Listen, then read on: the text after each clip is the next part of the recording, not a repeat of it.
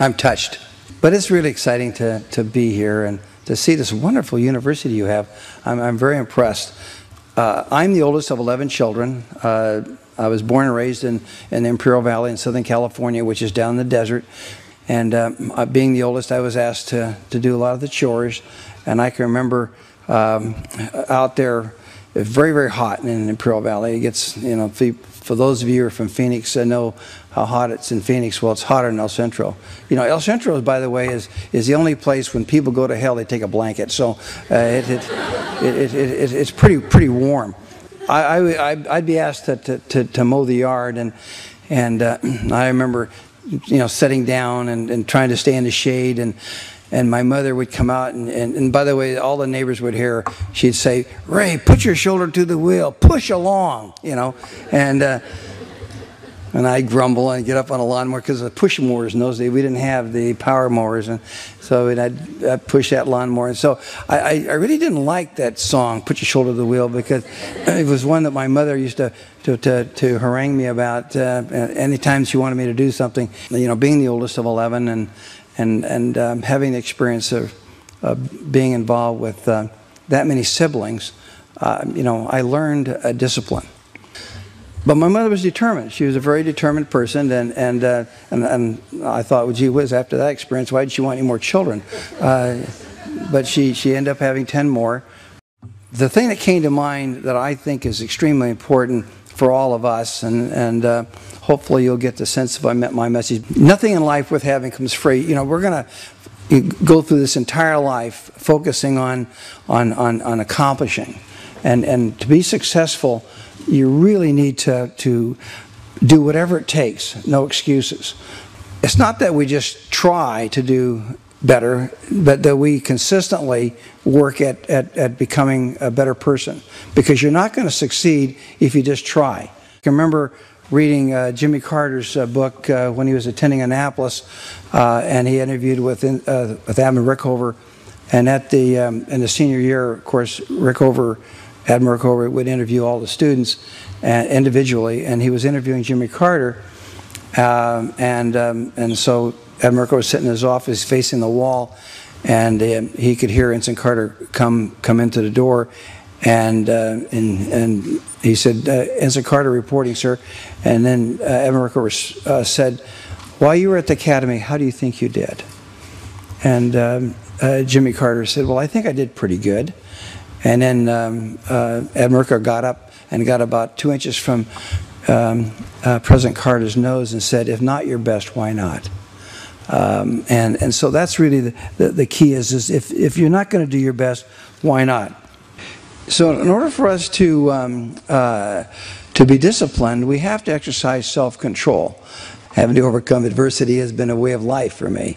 I don't think any of us have had life easy and have not been frustrated, because you know, frustration is what minimizes our ability to be efficient. Now, what I would recommend that we do if we're going to learn discipline, because discipline is very much like being on an Atkins diet. Anybody ever heard of an Atkins diet?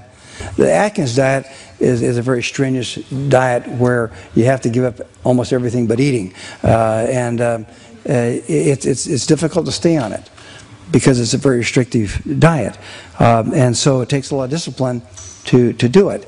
And so discipline, again, goes back to doing what you don't like doing and doing it well. And so I would suggest that we learn how to focus on doing the tough things first. Doing the things you don't like doing, of course, is why we don't succeed. Not doing the things, I should say, we don't like doing is the reason we don't succeed, and that's why we procrastinate our homework, or we procrastinate doing our visiting, our home teaching, or procrastinate going to the temple, is because it's not something that is fun. It's something that we really enjoy doing.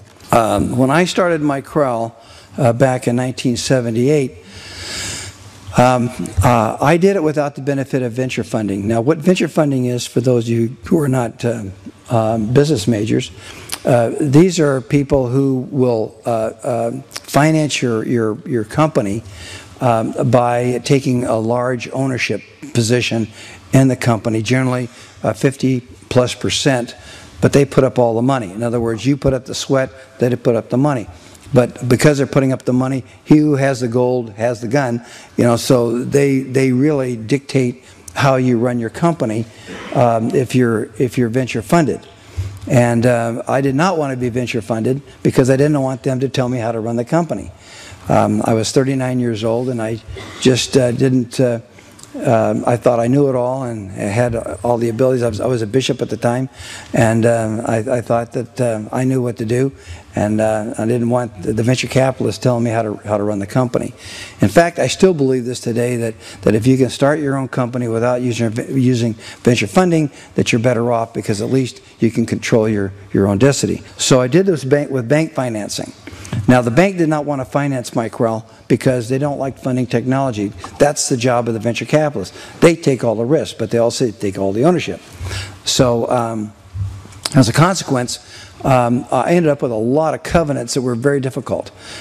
And so as a entrepreneur, and I had to be willing to accept the covenants and conditions that the bank would put on me. Two main things that the bank asked of me was that I guarantee all the debts of the company, and of course, you know, that takes, you know, a lot of gumption to be willing to accept all the debts.